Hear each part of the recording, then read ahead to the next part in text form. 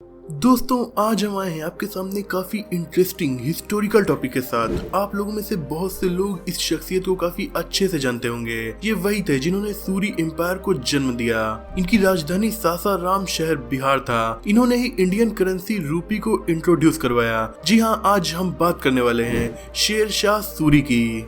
Historians का कहना है कि इंडिया के इतिहास में इन्होंने केवल 5 साल तक हुकूमत की थी। इन 5 सालों में इन्होंने एडमिनिस्ट्रेशन का ऐसा काम किया कि आज तक इनके द्वारा स्टार्ट की गई चीजें यूज की जा रही हैं। दोस्तों, शेर शाह सूरी का बचपन का नाम फरीद खान था। इनके ग्रैंडफादर का नाम इब्राहिम सूर था, जो कि घोड़े का बिजनेस करते थे। उस टाइम ये बिजनेस काफी अफजल माना जाता था, इसलिए क्योंकि घोड़े से जंग जीती जाती थी और घोड़े आने जाने का भी बहुत अच्छा जरिया थे। इब्राहिम सूर के बेटे का नाम हसन था और हसन के बेटे थे शेर शाह सूरी। दोस्तों, शेर शाह सूरी मुगल आर्मी के कमांडर भी थे, लेकिन उससे पहले ये एक मिलिट्री सोल्जर थे, जिसकी वजह से इनकी रैंक कम हुआ करती थी। आगे चलकर इसी मिलिट्री कमांडर ने मुगल सल्तनत को लगभग खत्म ही कर दिया था, क्योंकि हुमायूं को हटाकर 1540 से लेकर 1545 तक दिल्ली की गद्दी पर शेर शाह सूरी ने हुकूमत की। इन 5 सालों में नई इकोनॉमिक और मिलिट्री एडमिनिस्ट्रेशन बनाई गई। इन्होंने तनख्वाह को रुपया में चेंज किया और आज भी ये इंडियन करेंसी है। हालांकि 22 साल तक शेर शाह सूरी के पास किसी भी तरह की ताकत नहीं थी। इनके फादर हसन अपने गुरु जमाल खान के साथ जौनपुर गए थे और उन्हें जागीर मिल चुकी थी 4 अलग अलग शहरों में। शेर शाह सूरी ने भी जौनपुर में 3 साल तक पढ़ाई की, अरबी और पर्शियन लैंग्वेज में नॉलेज को गेन किया। दोस्तों, शेर शाह सूरी के फादर हसन की मौत के बाद शेर शाह को उनकी सारी जागीर मिल गई, और जब शेर शाह सूरी को सारी जागीर मिल गई तो बाकी के बेटों ने लड़ाई शुरू कर दी। ये देखकर शेर शाह सूरी अपनी जागीर छोड़कर साउथ बिहार आ गया। यहाँ पर बहार खान लोहानी का कंट्रोल था। अब मैं आपको एक्चुअल रीजन बताऊंगा कि क्यों फरीद खान का नाम शेर शाह सूरी पड़ गया। एक दिन बहार खान लोहानी और फरीद खान शिकार करने के लिए निकले थे। वहाँ इन पर एक शेर ने हमला कर दिया। फरीद खान ने अकेले ही उस शेर को मार गिराया। ये देखकर बहार खान बहुत ज्यादा इम्प्रेस हो गए और तब से इनका नाम शेर शाह सूरी पड़ गया। साथ ही इन्होंने शेर शाह सूरी को अपना एडमिनिस्ट्रेटर भी बना दिया। बहार खान की डेथ के बाद जलाल खान की हुकूमत शुरू हुई, पर सारी पावर शेर शाह सूरी के हाथ में ही थी। शेर शाह की बढ़ती हुई ताकत को देखकर कई लोगों को प्रॉब्लम होने लगी थी। खुद सुल्तान जलाल खान, जिनके अंडर में शेर शाह सूरी काम कर रहा था, उसने ही सुल्तान गयासुद्दीन महमूद शाह से शेर शाह सूरी को मारने को कहा। गयासुद्दीन ने इब्राहिम खान के अंडर में आर्मी भेजी, जो शेर शाह सूरी को मारने के लिए आई, पर शेर शाह सूरी ने इस फोर्स को डिफीट कर दिया, जिसे बैटल ऑफ सूरजगढ़ कहा जाता है। ये लड़ाई 1534 में लड़ी गई थी।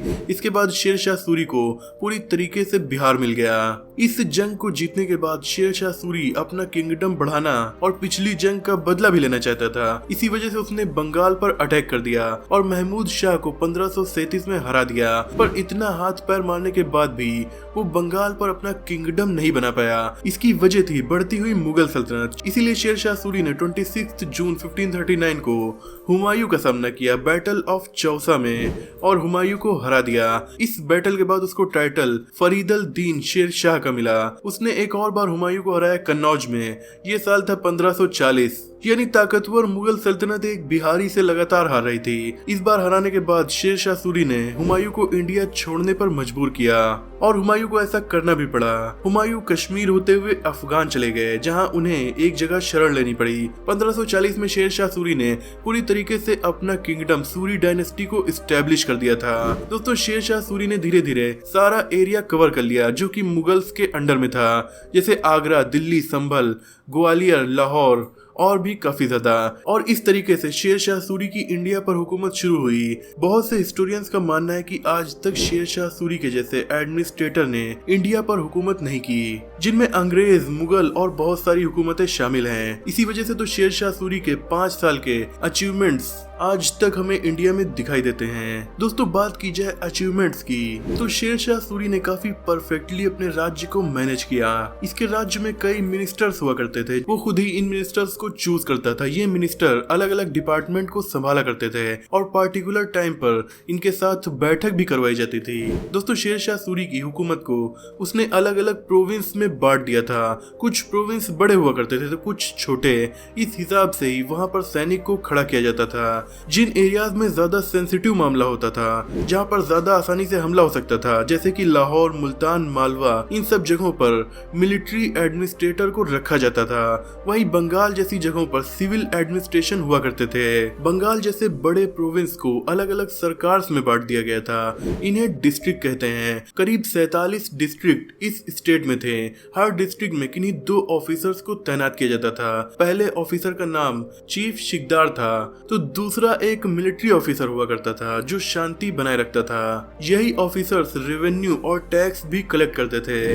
दूसरे ऑफिसर का नाम चीफ मुंसिफ था। ये सीधे सीधे एक जुडिशियल ऑफिसर था जो जस्टिस और इनजस्टिस को देखता था। एक डिस्ट्रिक्ट का हेड होने का मतलब ये भी है कि वो छोटे ऑफिसर्स को भी देखा करता था। दोस्तों, शेर शाह सूरी के राज्य की मेन इनकम सोर्स टैक्सेस थी, जिनमें सबसे बड़ा सोर्स जमीनों से आने वाला टैक्स था, जिसे लैंड रेवेन्यू भी कहा जाता था। शेर शाह सूरी किसानों के बारे में बहुत ज्यादा सोचा करते थे, इसीलिए उनके लिए जो बेहतर होता वो इनकी हुकूमत में फैसला किया जाता था। शेर शाह का किसानों पर यह कहना था कि अगर हम किसानों पर मुश्किलात और परेशानी डालेंगे तो हमारा देश बर्बाद हो जाएगा और रेगिस्तान में तब्दील हो जाएगा। शेर शाह ने सबसे ज्यादा चेंजेस और कंट्रीब्यूशन लॉ एंड ऑर्डर को दिया, जिसका यूज आज भी किया जाता है। कहा जाता है कि शेर शाह सूरी की हुकूमत के टाइम लॉ एंड ऑर्डर इतना जबरदस्त था कि चोर और डाकू नहीं हुआ करते थे। शेर शाह ने बहुत अच्छी तरीके से इस एम्पायर को सेट किया था। दोस्तों, शेर शाह सूरी ने सड़क के आजम शुरू की, जिसे आज जीटी रोड यानी ग्रैंड ट्रंक रोड के नाम से जाना जाता है। ये सोनार गांव से शुरू होती है और आगरा, दिल्ली, लाहौर को पास करते हुए पेशावर में खत्म होती है। ये रोड करीब 3000 किलोमीटर की है। दूसरा कनेक्शन आगरा, जोधपुर और चित्तौड़ फोर्ट तक किया गया।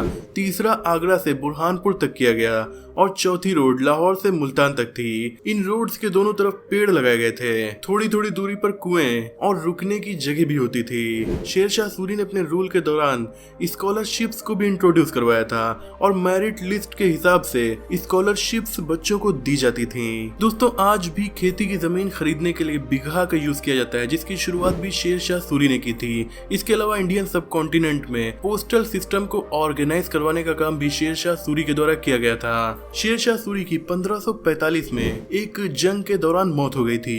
इनका कोई सही वारिस नहीं मौजूद था जो इनकी सल्तनत को संभाल सके। इनकी मौत के बाद हुमायूं वापस आ गया और इंडिया में मुगल सल्तनत फिर से कंटिन्यू हो गई। हालांकि शेर शाह सूरी की बहुत सी स्ट्रेटजीज को बहुत से मुगल रूलर्स मुस्लिम अकबर ने भी यूज किया।